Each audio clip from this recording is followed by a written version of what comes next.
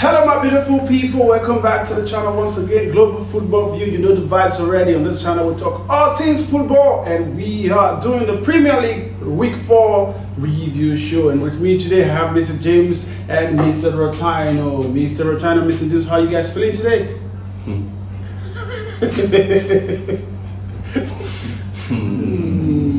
Unofficial.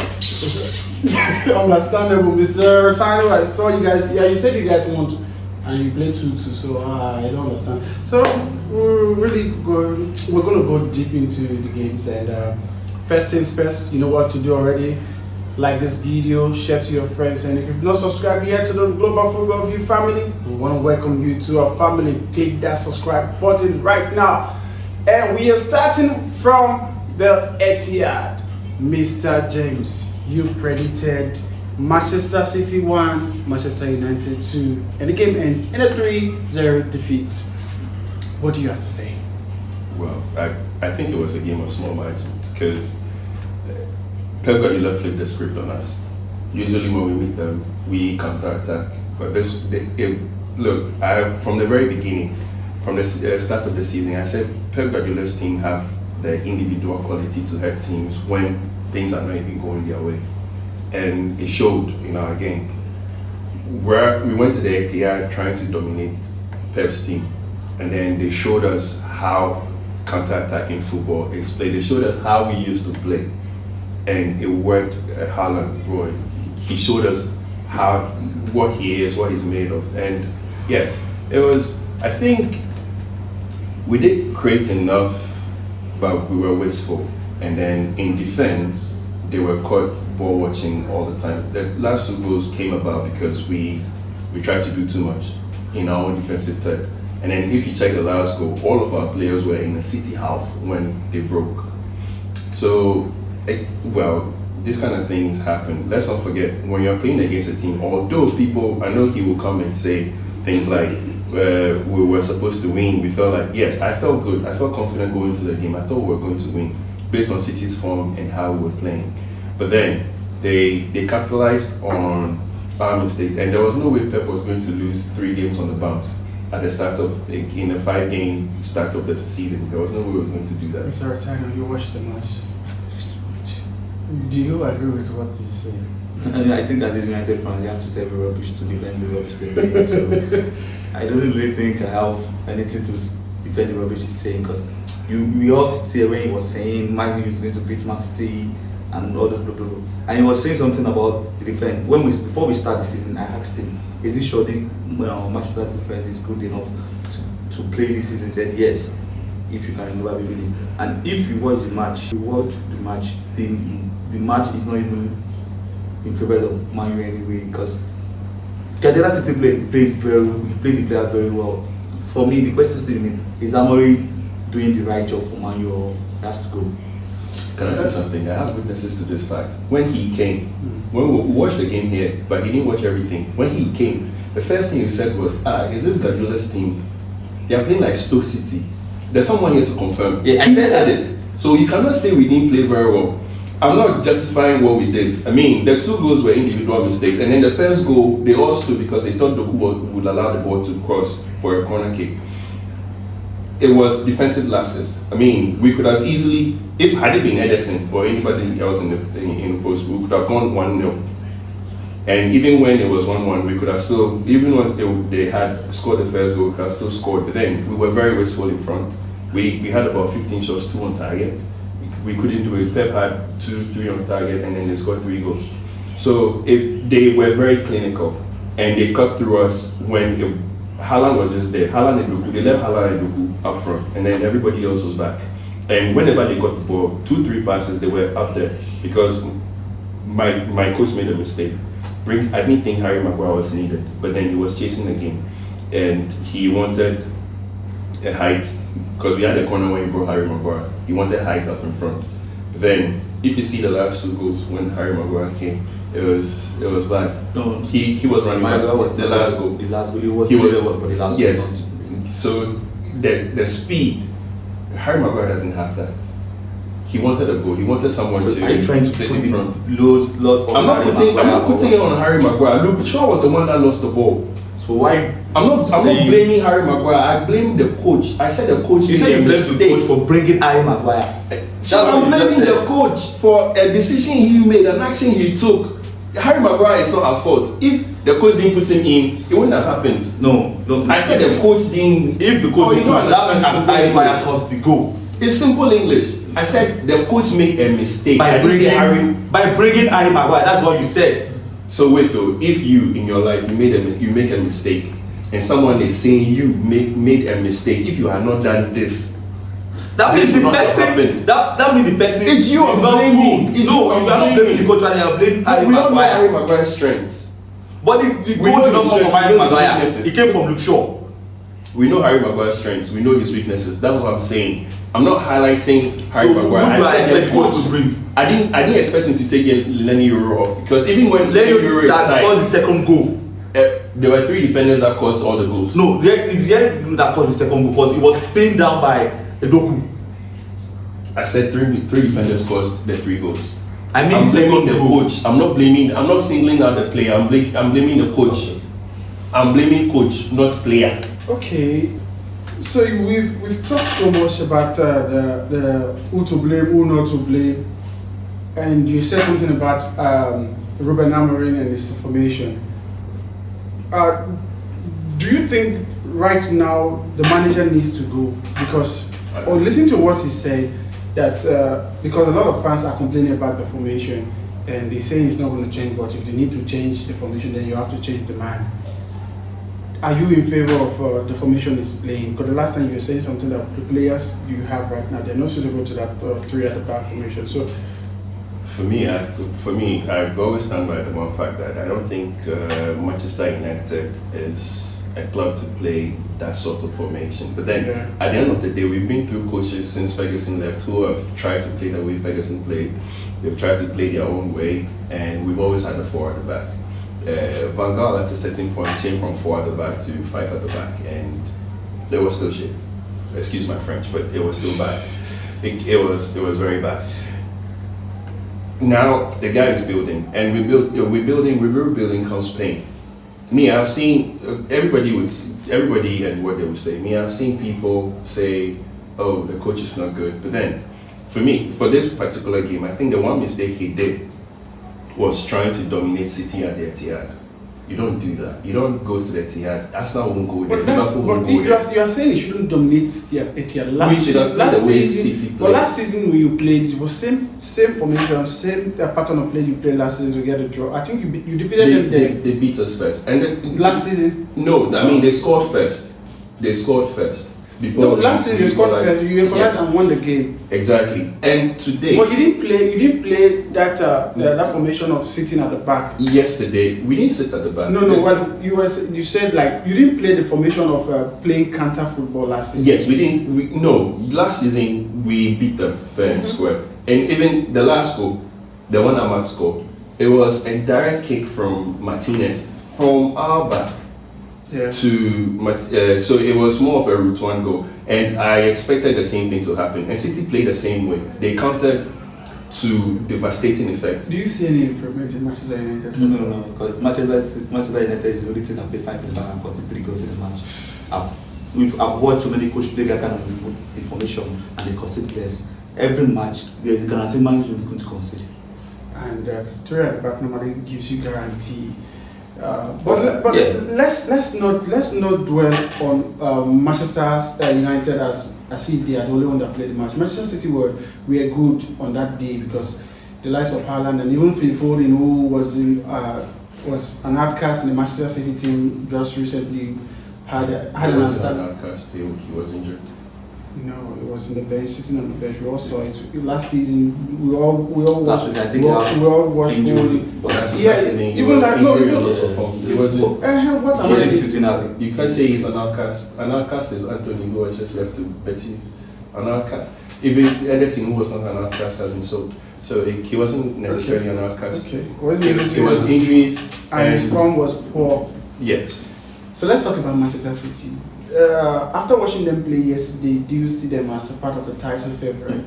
From the season, from the start of it, I told Man City is not. So there's nothing improved. There's nothing you saw yesterday that I watched. will make you say, okay, I fine. think I watched half of the match against Man U. I actually played like Stoke because I watched Haaland defending the ball like 6 times in a row in the same position. Yeah. That is not Man City that we know. And Man U was pressing them, and they are like 7 at the back on the line. So, Do you see any improvement in Manchester City? Oh yeah. So look, Pep Guardiola came into that game with a specific plan, and it worked to a T. Specific plan On neutralizing Manchester United and hitting them on the fast break because he had players, he had very quick players. That's why he played Doku and Haaland as the top 2. And apart from them, nobody else was joining them in attack except for sometimes it was Foden, sometimes it was Tijani Rangers. He had a plan. But then one could argue that yes, he tailored a specific plan for a specific opponent. Yeah. If it remains to be seen if he can carry that into next games, especially teams that will come and sit on a low block. They are playing Arsenal next week. Same question I asked him. What you saw yesterday, can you say, okay, they are part of the title favorite this season? From the very beginning, I said yes, they do know how to win.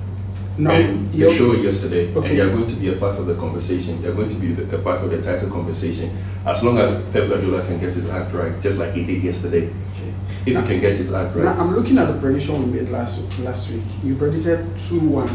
So for a team you think that can win the title, they've lost 2 matches in the bounce, and they're supposed to play. And if they go by your prediction, mean they're going to lose 3 matches in a row. If they have lost that match yesterday, would you still stand by what you said right now? Yeah, I think they are the team that always need some sort of jolt for them to go. Look, this game they won yesterday could be the starting point for them. And if you know Pep Guardiola's teams, after a loss or after a couple of losses, they go on long winning streaks. And how they played yesterday, if they carry that belief into their next game, I know Arsenal won't play like we played. Arsenal, they won't go in a low block, but they might go in a mid block. That's a constant, and that might cause problems for the likes of Doku, who would need pace and space to run in behind. Arsenal does not play Manchester City on low block at the Emirates. They only play that formation whenever they are playing away. Because you see, last season we defeated them by 5. Yes. It wasn't that. Can I comment? Oh, sure. I think they played Man U the way they played Wolf. Because after Wolf, they went on 2 losses and come to beat Man U. And if you check Man U and Wolf, I don't think there's Any difference? any difference between those teams. Like, I watched City play Tottenham, I watched them play Brighton, and I watched them play Man U. So I think what you said, for me, City is not the contender in the league right now, because if you are losing against like of Tottenham and Brighton and coming to beat Man U, do not make any difference. Okay, do not make any difference. And one team that is making a difference right now is Liverpool. 4 wins out of 4 matches. For me, I think yes. So some people might say that they are lucky. Some might say that's what champion does. When the game feels like you're not going to win the game, you find a way to get all 3 points. Both arguments are true, but then when we've seen champions in the past, you don't start this bad with a lot of question marks around your performance, and then you get through with luck or you get through with referee's decision or something. Usually it happens in the mid or late season. It doesn't start like this, and once it starts like this, teams are figuring you out. Okay. Last season they were almost unstoppable. This season there have been cracks, although they've improved their team, then there have been cracks, there have been visible cracks that other teams can see, and they are going to capitalize on those. Yes, Hannibal had no business raising his hand. If Hannibal had not raised his hand, even with the 10 men, they would not have had that penalty and the game would have ended 0-0. It was the same thing in the last game. Like, you see things that should go against them that later comes and then helps them to win the game. We'll take a point. So it's too early for them. We are 4 games into the season, and we have these scraps. you have these things that people can see that they can capitalize on. It's when I think from about 10 seasons into the game, they're going to have serious issues. Right, but Burnley, Liverpool. Is it luck or is that what champion does? No, it's not a lot because it's football. You can even play off 95 minutes and get the win. That makes you the champion. Because I don't see anything as luck in football. You make your, like they say, you make your own luck. Yeah, like if Liverpool have given up on that match, I don't think they will score in that match. So they shows like this is Liverpool. Even if you can take us to 90 minutes, we'll find a way of scoring you. I'm so surprised that when I was looking at our prediction, we predicted 3-0, predicted 3-0, predicted 4-1, and then predicted 5-0, and it took up to the 94 minutes before Liverpool could score a goal in that match. So does it mean that sometimes we tend to overlook this smaller team? Because if you look at the record of Burnley, they've not lost there in the whole season. Last season they didn't lose at home. I think they were up to like 44 matches at home they've not lost, and Liverpool were the first team. 24 matches they've not lost. Liverpool was the first team to come there to win. Does it mean we just overlook these teams and just go by the big teams? No, it's not. It's not a matter of overlooking the small teams. If you check the head-to-head between Liverpool and Burnley, I think in the last in the last 5 Premier League seasons of Burnley, they've beaten Liverpool twice. So it's not a matter of overlooking it. We're looking at Liverpool, the kind of quality they have, the coach they have, and what they did last season. Mm-hmm. We're looking at what they had at their disposal to put off teams like Burnley.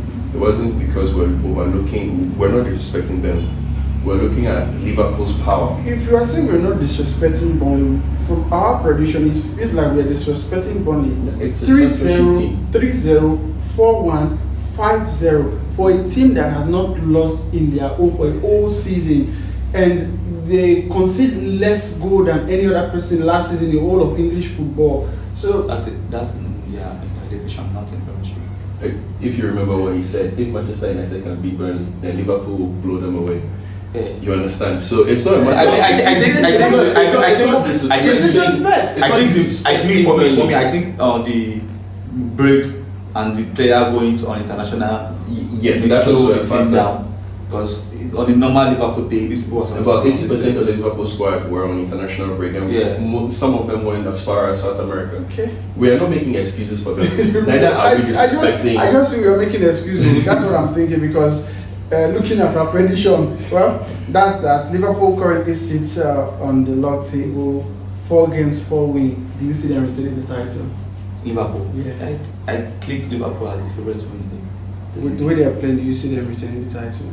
So now you're talking about they do have a chance. I still think it's too early for them to be showing these cracks. Okay, too early for them to be showing this crack. The other team I wanted to talk about is a team that showed a crack towards the 95 minutes of the play. Chelsea, Brentford, Chelsea, 2-2. So I think the midweek break gave the players some fatigue, and they are not really ready for the team. And if you check our starting line, it really says a lot about Chelsea. That's disrespectful for me, because the way the coach started those players, I felt they disrespected Brentford. No, it's not disrespect. The players are not available for them to be ready to start. Like Kupama, was not match fit. This boy was sick. He was sick. Estola was sick. Joao Pedro is coming from the Gattuso Bolivia. So I don't really think it was disrespectful. We're just trying to rest the player for the Champions League match. I think it was his mistake, because I think every match counts, but he chose to rest some of the player for Champions League game. Mr. James. Yeah, I predicted Chelsea were not going to win that game. I said their best. I actually went to look at the record. Mm-hmm. The record between Brentford and Chelsea. Yeah. 0-0, 2-2, 0-0, and another 2-2. And Brentford have actually not won a game at their stadium against Chelsea since 1938.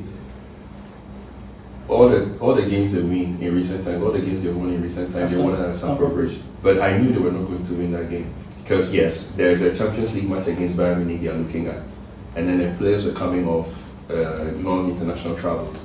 So yes, I looked at all those factors, and I thought Brentford were going to win. Unfortunately, they came away with one point.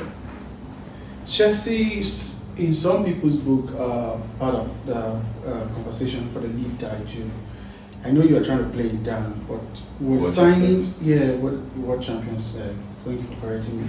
With the signings you guys have made and the quality of the players you have, the likes of Cole Palmer, Escobar, Reece James, £100 million, Caicedo, and Enzo Fernandez, I don't think you should be playing it down again. We should be Playing down your chances of winning the Premier League title. No, if you say chances, I'm not saying we're not going to win the title, but it's not what we are saying we are going to do. If we come back next season, we can tell you yes, we are going for the champions. But right now, we just want top 4. So why can't we just rest with the top? Last season you said you just want top 4, you got it. Last season, the coach said it was the agenda is qualified for Champions I'm League. talking about me and you. You said me, I said top 4. Yeah. Last season. I said yeah. If I And said so top 4 last season, you got in the top 4, so we got in top 4. So if we go for another top 4, like the way Arsenal have been doing, I think it's not bad. How can you a year before you say your target is top 4? Yes. Now you get that top 4. Yeah. You still spend how much? Over 200 million to improve your squad, and then you come back and tell us that's your goal is still top 4. Okay. How? No, If your father in the house, and then he says, my son, this year in your class, come within the first 4 places, I'll buy you a bicycle. Then you do it, he buys you the bicycle. And next year he says, my son, the same thing, no, will you be happy? If Mario have made top 4 last season, I think we'll be happy. It's not Manchester United. You are saying it's not the same thing. No, it's not like the top 4 is I the easy finished job to 15th. do I as a finished club. 15th. No. I finished 15th. Okay, you finished 15th. Your That's the reality of the thing. You season. never cease to tell me. That what? That's the reality of the matter right now. That what? I finished 15th. Yes. You finished in top 4. Yes. You are telling me after 200 million investment. Me, I spent over 200 million because I want to leave 15th. And To come up. we are Even if I get still at top 14. It's a slight improvement. you have the tendency of diverting. It's not diverting. It's not that. You're asking me why are we not going for the league, and I'm trying to explain that going for the league is not just about saying it. There's a point you get to say, okay, we are going for the league. All these boys, Esther is just coming this season. Gittins, if you watch Gittins, he's not ready for the Premiership. All those boys count and say, okay, we are ready for the league. So are you saying Chelsea is not good enough? We're not saying no, we are not good enough. We are What good do enough you to say? beat anybody that comes our way, but we cannot be saying. So if you can beat everybody that comes your way, then you are You're title challenger. I will not be an Arsenal fans that always go for the league every season. I will not be that. Okay. I'd rather choose to be in a space and say we are going for the league. It's hypocritical for you to say very, that way. very. In which very. way? I mean, we understand. We understand the fact We that understand that football is a hypocrite's business, but come on, you cannot live a life in living color like this. Why I cannot live there? If people have been You saying have to be we factual. win the league, we win the league, I are taking second for the 3 seasons, and I'm saying we are not going for the league. Let me be on and get my peace of mind. That one is not understandable. So after over 200 million spent, you are still targeting top 4. You people have spent over 200 And million. I want to leave 14th. 15th. You are still Right now 14th. I'm 14th. You are I'm still 14th. I'm 14th. I'm improving. You are improving. I'm You are the only United that we know. So I'm in top 4. So what are you winning this season? so What are you winning this so season? this This season, I've told you we are going to win 2 silverware. Which one? is- I will not name it. There's Champions League, there's FA Cup, there's Carabao Cup, there's Premiership. Anyone that come our way, This we are man- taking this it. man is so political in his response. So I'm not going to talk too much about that. You actually drew that match. You are not sit on the 8 point, I guess. 8 or how many points? We are on 8 points. 8 points, just in 8 points. And the other match I wanted to talk about is Arsenal versus Nottingham Forest. You predicted 2-0, you predicted 3-0, I predicted 2-0. So the only one who got the correct score for that game. I know my Arsenal. They said I know my Arsenal. Were you impressed with what you saw? It was a game of moments. Yes, Arsenal were dominant, but then Nottingham Forest also they made certain incursions that if they had like enough quality, they could have worried Arsenal. Arteta is still playing the same thing. It's still the same level, regardless of the improvements. Yes, it's still the same level. They're still playing the same football, and teams know this. There are certain teams that will come against Arsenal, and Arsenal will come unstuck because they've not gone up. It looks like they are still playing in second gear, just as they've been playing over the last 4 years. They've not gone up. So even with the addition of jokers, it's still the same thing. I have not seen any massive improvement for me to say, oh, Arsenal have done better. I mean, they can still go and be second. Okay. So I've not seen anything. For the people that is 9.2, they have not improved, but people that is 14 has improved. I've moved from 15 to. You see this life, Man U fans. You see Man U fans. No. See, you are talking about specific things. we are talking about this specific. The energy you dedicate to Manchester United. You are telling me no. You are telling me you watch after match have not improved. But you watch Man U match. There is a difference Man U match. No, we watched the game together. Okay. What were the comments you were passing about Arsenal? See, I don't like. What the comment? It's not about. I don't like forget banter. Forget banter. It's not banter. Forget banter. You know the everything the banter. Forget banter. Let's be factual. This Arsenal you are watching, are they any different to what you saw last season? I think the rest is different.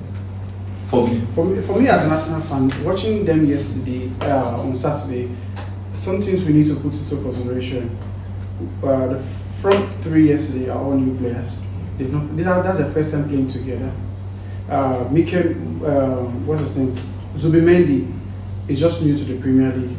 Mosquera is new to the Premier League also, and all through last season we had an injury problem with Califuri. Califuri wasn't playing there, so I'm not going to excuse me, allow me to land. I'm not trying to make an excuse for them saying that they've not improved or they've improved, but you telling me that they are still on the same place from last season, I'll take that as a compliment in the sense that yesterday 5 of the new signings we did. We were all starting yesterday. We were playing without most of our key players of last season. So I'll take that as an improvement, because the more they played games and looking at our quality of our depth yesterday, I think on Saturday, I think Mikel Arteta and the boys, they're up to something. So let's just see how it goes, because this season we just considered 1 goal, and the goal was a wonderful strike by Soboslai, which I think I always say something that I don't try to judge teams at the start of the season. I wait till about 10 games, because that's when the league table statistics change. I wait till about 10 games, because now somebody might be 10th. They might win 2 games and then they are 3rd or 2nd. Yeah. So you don't judge teams like that. You wait till after 10 games it's 30 points. Mm-hmm. So you know how to rate everybody's performance.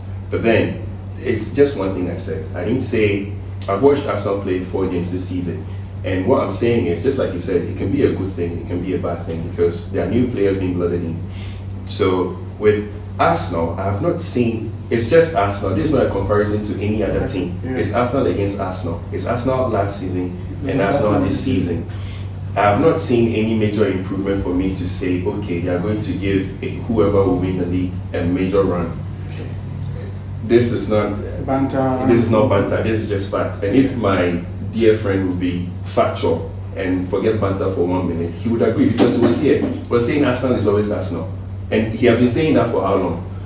Because he sees Arsenal play, and then he will say, "Oh, it's Arsenal. We know what they will do." You understand? So for him to continue to say things like that, it means he knows. He has seen it, but then he won't admit it based on banter. So when I say Arsenal is Arsenal, it don't mean they are not playing well. Arsenal will be Arsenal. That's what I mean. What do you mean? At the end of the season, Arsenal. No. We are not going to win the league, so that one is sure. Arsenal will be Arsenal. They are going to repeat the same thing. They are going to play. Arsenal have been playing football. That good football not be today. That do not mean they are not improving what they are playing. What difference did you see? Jokers that now they have a striker. At least they have some. Look at the statistics. Did you see the pass from Eze? Did you see the pass from Eze? I think Martinelli will not make that pass. Martinelli? Yeah. Definitely. Martinelli would have touched that ball and run. Yeah, Martinelli will not make that pass. I can tell you for free. Martinelli will not make that pass. Trossard will make it. Trossard will. Of course. So Trossard will. No, Trossard will make that pass, but Martinelli will not make that pass. But they have players who would have made that pass. Yes. So is that not the difference? What's the difference? They already have players. I'm only asking you who would make that pass. Martinelli and Trossard will start. Martinelli. So what are we saying? Doesn't Trossard start games? That's if Martinelli is not around. No. Sometimes Martinelli is there. He starts games. Martinelli is there, but majority of the time Martinelli starts ahead of Trossard. Majority for an 100 let's say 100 appearances, put together. Martinelli might start 75, Jota will start at 25.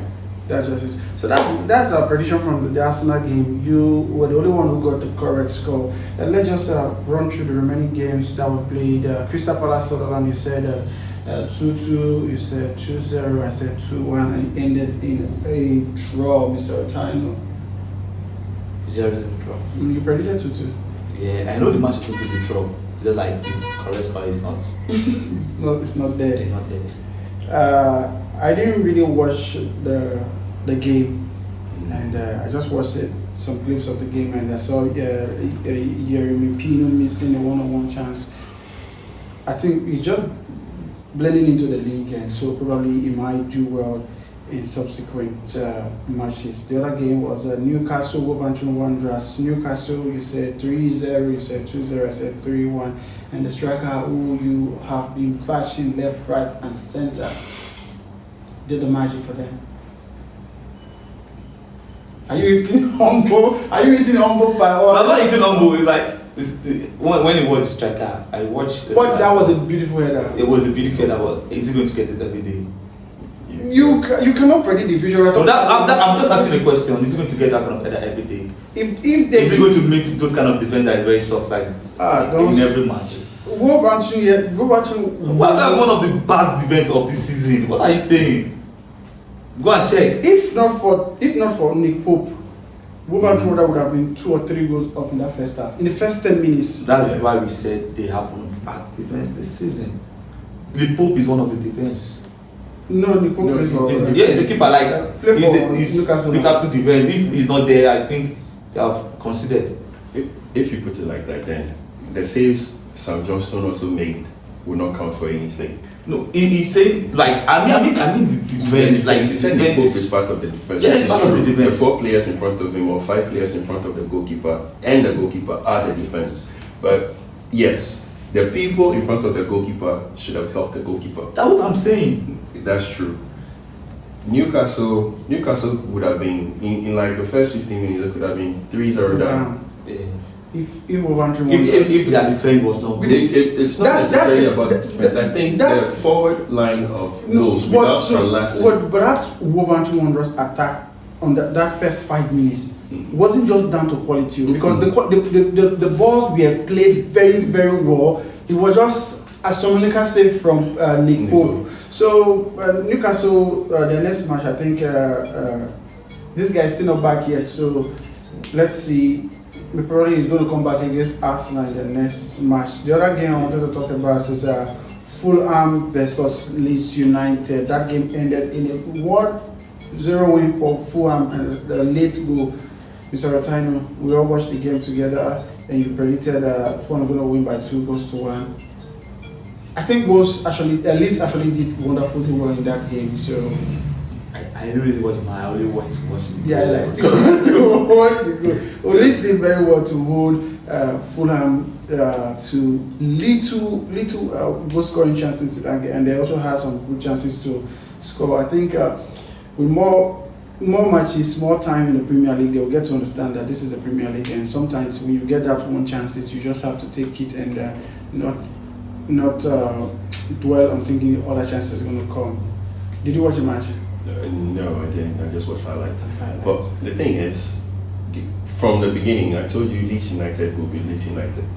They will play wonderfully well, and they will have 7 good games that people will start talking. But then it will still end up with them struggling to survive. Yeah, struggling to survive. And Aston Villa right now, I don't think their survivor shouldn't. I don't think we should underlook their survivor, but at the moment they're still yet to win, and they played out a goalless draw with Everton. You predicted 2-1, you predicted 1-0, and I predicted 1-1 draw. I didn't get the correct score, but I got a correct result. Aston Villa, talk to me. What's going on with Aston Villa? I think they need to refresh the squad. They just refreshed the squad. The core parts have not been touched, i.e. midfield, and they lost Kamara to injury. They only have Tielemans in there. They lost this energetic black guy. They didn't renew his contract, but they need legs in the midfield. They don't have it now. Morgan Rogers cannot do everything. He's attacking, he has to drop, he has to chase back, he cannot do everything. They needed to have refreshed that midfield, and then the defense. Tyrone Mings is just one tackle away from injury, and he always does it. And then Ezri Konsa was red carded the other day. It's all of these things, and then they had an issue with Martinez wanting to move away. He stayed away from the team until the moving happened. Martinez is for me is like that cancer that will not go. But at the end of the day, you can't be saying bye-bye to fans, shedding tears at the end of the last season because you want to make a move. At the end of the day, you don't make that move. I've never seen it before. I've never seen a player. You know, he actually went closer to Manchester to stay in a hotel, waiting for the move to go through until the Lamens deal was announced. I think he went out of the line, but I think Newcastle Aston Villa will find a way of following him because he's still one of their players. They're still paying him. Oh, he made save yesterday. Everton. Seeing what Everton is doing right now, I don't think they're going to struggle again. I've changed my mind. They won't struggle. Moyes have changed everything around. Like now, Everton is Everton. Everton is Everton. Yeah, like because if you check their past 4 games, like they're now balling. Another team that is in form right now is Tottenham. They defeated West Ham. Was a clear beating. Clear beating. And you predicted Tottenham to win 2-1, and I was the only one that went with West Ham. You know my prediction already on Tottenham, so do not take my prediction on Tottenham very serious. For me, when it comes to Tottenham, don't take it very serious because there's a certain bias with me and Tottenham, and I hardly go for them to win or even get a draw in the game. So viewers, whenever it's Tottenham, do not take my prediction on Tottenham. I can talk about their team, talk about their performance, but my prediction on them, because I always want Tottenham to lose all the time, every day, twice on Sunday. And the one that match, Xavi Simon getting an assist in that game. The other game was Brighton, Bournemouth versus Brighton. I predicted 2-2, 3-1, and 1-2. I think you get my Brighton Bournemouth. No. Prediction wrong because I actually predict Bournemouth to win. You predicted Brighton to win. No, I told you. You predicted Brighton to win 1-2. It's on record. Go and watch the last video. It's there. I predicted because I actually said Bournemouth beat Tottenham, so I was expecting them to win. No, you said. But I asked you who was home. Okay, then you said something. They beat Man City. That was when you switched. No, I said who was home, and you said Bournemouth, and I said Bournemouth win. I'll just say that. As you are coming for the preview, be writing your result down. Because if you actually can fact check me, go watch the last video we did on the preview show. So you fact check me and see if I'm wrong or I'm right. And you're the only one who got that result correctly. And that's all from the preview, from the review and our result. And currently Liverpool sits 12 points out of 4 matches, winning all 4 games, and Arsenal second on the log table. Manchester United, like my brother always say, still sits 14th, and from 16 last week they are now 14th, so they moved 2 places up. So kudos to Manchester United and.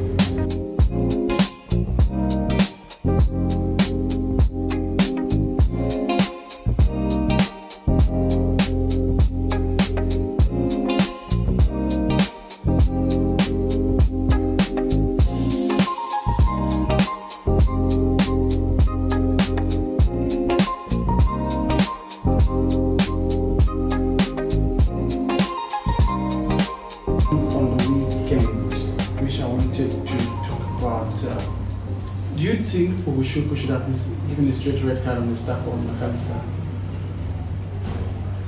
You see, sometimes the referee go on a decision and you ask why is this a red card, but sometimes if he go against you, he says like it's good, and so the referee will make a decision. So I don't really think. Mr. James, does VAR need to go? For that tackle, well, there was no intent. He mistimed the tackle, and where the studs landed could have ended the guy's season. So I think with that, it was dangerous play. The VAR should have stepped in, but then it's one of those decisions that could go your way or go against you. Did you think that that tackle played in the minds of the Michael Oliver in sending him off for a second yellow card towards the time of the game? Because Yes. that tackle he made, It was a factor. Because for me, that was not a yellow card offense, and that was a factor. It was a factor. I mean, the referee went back. So if the referee didn't see that tackle at the first instant, I will not blame the referee. So what is the work of the VAR if they cannot? The VAR is not just there to correct certain critical decisions. They are there to make the referees look good, and that's a practice in England. They won't. Most of the time, they won't go against a referee. Rarely do you see them go against a referee. Even when they have to, the thing is blatant that they have to go against the referee. They will call the referee to the monitor to go and check. They won't advise him, oh no, this tackle is serious. Yeah. They will ask him to go and check, and whatever it says is final. So it's there to make the referees look good, not necessarily. Viewers, you heard it.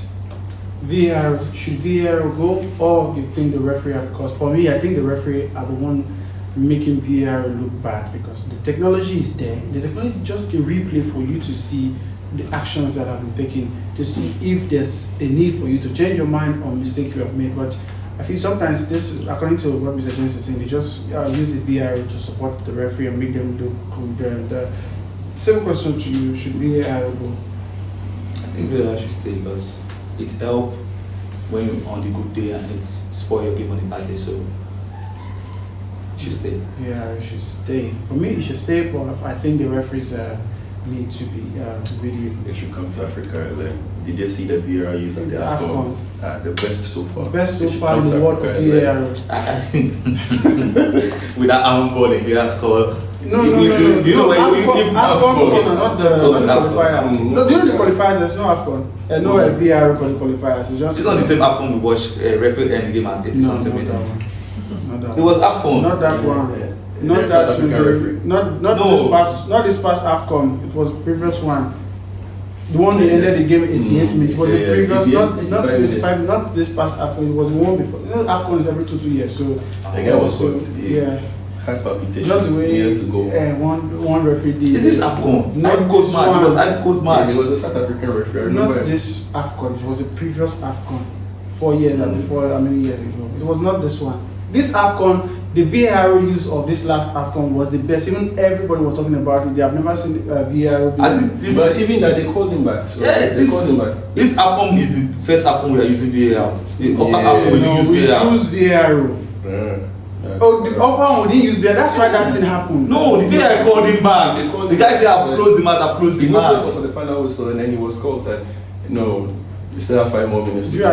No, we're sharing this one because I think we are confusing ourselves whether it's this AFCON or the last AFCON. We've come to the end of today's show and the review show. Do well to catch us on the preview show, and also we'll be giving you the Champions League preview. And if you've not subscribed yet to the channel, please do subscribe. Click on the notification bell to keep you updated whenever we post videos, so it comes directly on your phone. And on the comment section, let us know, should VAR go? A lot of questions around VAR.